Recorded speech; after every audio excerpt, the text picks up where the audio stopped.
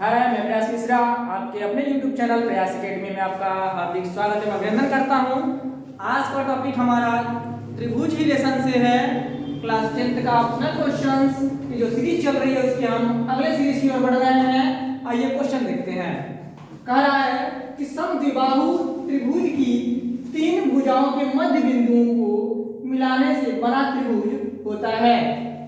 समद्विबाहु त्रिभुज के जो तीनों मध्य बिंदु होते हैं उनको मिलाने से जो त्रिभुज बना वो किस प्रकार का त्रिभुज होगा उस पर ध्यान देते हैं। समबाहु त्रिभुज है या समकोण होगा या विषमबाहु होगा या समद्विबाहु। जब समद्विबाहु है यानी कि दो भुजाएं आपस में बराबर हैं, उनकी मध्य बिंदु और एक जो भुजा बराबर नहीं है उनके मध्य बिंदु से बनने वाला जो बीच का त्रिभुज होगा वह तो हमेशा समद्विबाहु ही होगा। मान लीजिए बराबर त्रिभुज है, इनके मध्य बिंदुओं से बना ये त्रिभुज निकल के आ रहा है, तो ये समान दूरी पर से जैसे समद्विबाहु था ये भी क्या होगा, समद्विबाहु त्रिभुज ही होगा। आई बात समझ में? चलो आगे। दो समरूप त्रिभुजों की संगत भुजाएं दो संबंधी 3 के अनुपात में हैं, उनके क्षेत्रफलों का अनुपात होगा। इसके पिछले सीरीज में भी आपको ये क्वेश्चन दिया गया था। इसके पिछले सीरीज में हमने बताया था कि त्रिभुज का जो क्षेत्रफल होता है, दो त्रिभुज दिए गए हैं, दोनों क्षेत्रफल का जो अनुपात होता है उनके संगत भुजाओं के वर्ग के अनुपात के बराबर होता है। हमने इस नियम को आपको बताया था, यानी कि त्रिभुज 1 का क्षेत्रफल बटा त्रिभुज 2 का क्षेत्रफल, 1 और 2 का मतलब पहले और दूसरे से है, बराबर पहले त्रिभुज की भुजा का वर्ग, पहले त्रिभुज की भुजा का वर्ग बटा दूसरे त्रिभुज की भुजा का वर्ग। अब इस पे रखते हैं, यह दो संबंधें 3 के अनुपात में संगत भुजाएं दी गई हैं। कह रहा है इनके क्षेत्रफल का अनुपात, तो यहाँ पे रख देंगे 2 का वर्ग बटा 3 का वर्ग। 2 का वर्ग कितना होता है 4 और 3 का वर्ग 9, तो ये अनुपात क्या होगा 4 संबंधे 9। ये आंसर नंबर तीसरा आ जाएगा। आई बात समझ में? फार्मूला दिमाग पड़ गया। अब आते हैं, इस फार्मूले को दिमाग में रहना चाहिए, क्वेश्चन लगाने का तरीका फार्मूले में सेट करके निकाल सकते हो। आगे आते हैं, अगला क्वेश्चन कह रहा है कि दो समरूप त्रिभुजों के क्षेत्रफल 32 वर्ग सेमी और 48 वर्ग सेंटीमीटर है। यदि पहले त्रिभुज की भुजा का वर्ग, पहले त्रिभुज की भुजा का वर्ग 24 वर्ग सेंटीमीटर हो तो दूसरे त्रिभुज की संगत भुजा का वर्ग होगा। Same to same. अब देखो 24 वर्ग सेंटीमीटर है तो दूसरे त्रिभुज की संगत भुजा का वर्ग होगा। सेम टू सेम फार्मूला ऊपर वाला हमने कहा फार्मूला आप ये ध्यान दीजिएगा, यही फार्मूले में ये भी क्वेश्चन को हम सॉल्व करेंगे। सेम टू सेम फार्मूला यही है। क्या कह रहा है कि क्षेत्रफल 32 वर्ग सेमी है और 48 वर्ग सेमी है, तो 32 वर्ग सेमी, फार्मूला ऊपर वाला यही रहेगा बाबू, इस पे आप लोग ध्यान दीजिएगा। 32 वर्ग सेमी ये है और इसी के निचले पायदान का 48 वर्ग सेमी ये हो जाएगा हमारा। और भुजा दी गई है, एक भुजा दिया गया है 24 वर्ग सेमी का। पूछ रहा है दूसरी संगत भुजा होगी, तो जो दूसरी संगत भुजा की हम बात करते हैं, इनका वैल्यू निकालने के लिए हम यहां देखते हैं इससे क्या कट जाएगा। 16 दूनी 32, 16 तिया 48, ये 24 है।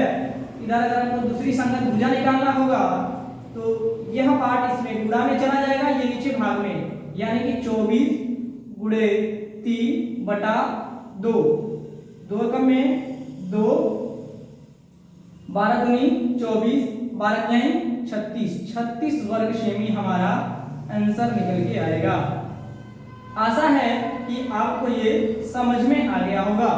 फार्मूला यही ऊपर वाला है, इसी फार्मूले को हमने इसको रखा है और इसी से हम निकाल चुके हैं कि दूसरी संगत भुजा का जो हमारा वर्ग होगा यह बराबर होगा 36 वर्ग सेमी के। अगला क्वेश्चन आते हैं, कह रहा है त्रिभुज PQR यदि समांतर है त्रिभुज ABC के, PS लंब है QR पे, देख रहे हैं आप PS लंब है, लंब QR पे है और AD जो लंब है वो BC पे है। AD ये लंब है BC पे, PS 4 सेंटीमीटर दिया है, यानी कि भुजा की लंबाई हमारी दे दी गई है 4 सेंटीमीटर। और यहाँ पे एडी की लंबाई दी गई है 2 सेंटीमीटर। त्रिभुज PQR तथा त्रिभुज ABC के क्षेत्रफल का अनुपात होगा, क्षेत्रफल का अनुपात होगा। किसी त्रिभुज के क्षेत्रफल का हमारा जो अनुपात निकल के आएगा इनकी ऊंचाई के अनुपात के बराबर होता है। अर्थात अगर हम बात करते हैं इनके अनुपात के बारे में तो पहले हम इसको निकाल लेते हैं। ये निकालेंगे तो हमारा हो जाएगा 4/2, यानी कि 2 में 2, 2 दूनी 4। ये अनुपात हमारा 2:1 का आता है। ये 2:1 जो अनुपात है यह इनकी भुजाओं का अनुपात है। अगर क्षेत्रफल का अनुपात निकालने के लिए कहता है तो इन्हीं का वर्ग कर देंगे, क्षेत्रफल का अनुपात निकल के आएगा। जैसे भुजा का जो वर्ग है, पहली भुजा का वर्ग बटा जो पहले त्रिभुज की भुजा है उसका वर्ग दूसरे त्रिभुज की भुजा के वर्ग की।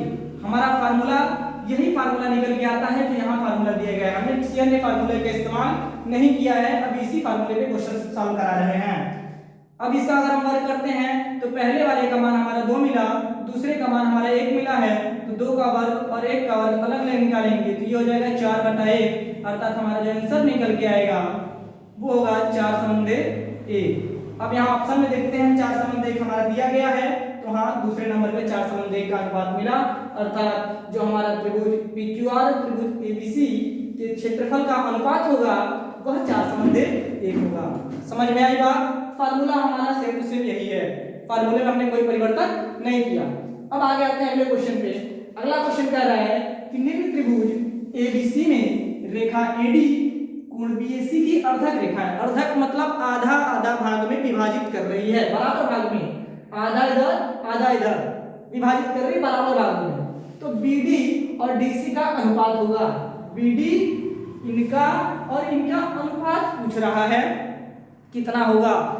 जब कोई भी कोण समद्विभाज करती है, जो बराबर बराबर भागों में बांटती है, तो जो उनके समकोण होते हैं वह उनके अनुपातिकता के बराबर होती है। अर्थात हमारे कहने का तात्पर्य है कि BD बटा जो DC है यह बराबर होगा AB बटा AC के। BD बटा DC जो बराबर होगा वह AB और AC के बराबर होगा। यह हमारा जो वैल्यू दी गई है 6 सेंटीमीटर और यहाँ दी गई है 5 सेंटीमीटर, यानी कि 6/5 कितना दिया गया है 6/5। अब ये जो अनुपात हमारा बराबर है, अर्थात जितनी हमारी ये वैल्यू दी गई है उसी के अनुपात में हमारा आंसर निकल के आ गया, यानी कि 6/5। अनुपातिकता का क्रम हमारा 6/5 होगा। आंसर नंबर पहला। आशा है कि आपको ये भी क्वेश्चन समझ में आए होगी। अब आगे बढ़ते हैं। निम्न चित्र में EF भाई समानांतर है BC के, EF समानांतर BC के, आप यहाँ देख सकते हैं। यदि AE और BE के बीच संबंध का जो अनुपात है 4/1 है और CF हमारा 1/5 दिया हुआ है, तो AF की लंबाई क्या होगी? गणना करना है AF की लंबाई की। सॉरी यहाँ D लिखा गया है, यहाँ A रहेगा। AF की लंबाई की अगर हम बात करते हैं कि इसकी लंबाई कितनी होगी, तो हम इन पे दिए गए जो पिछले पार्ट में हमने आपको क्वेश्चन समझाया था उसके आधार पर अगर हम बात करते हैं तो हमने प्रमेय बताया था। उस प्रमेय के आधार पर बताया गया था कि AE बटा EB बराबर होता है AF बटा FC।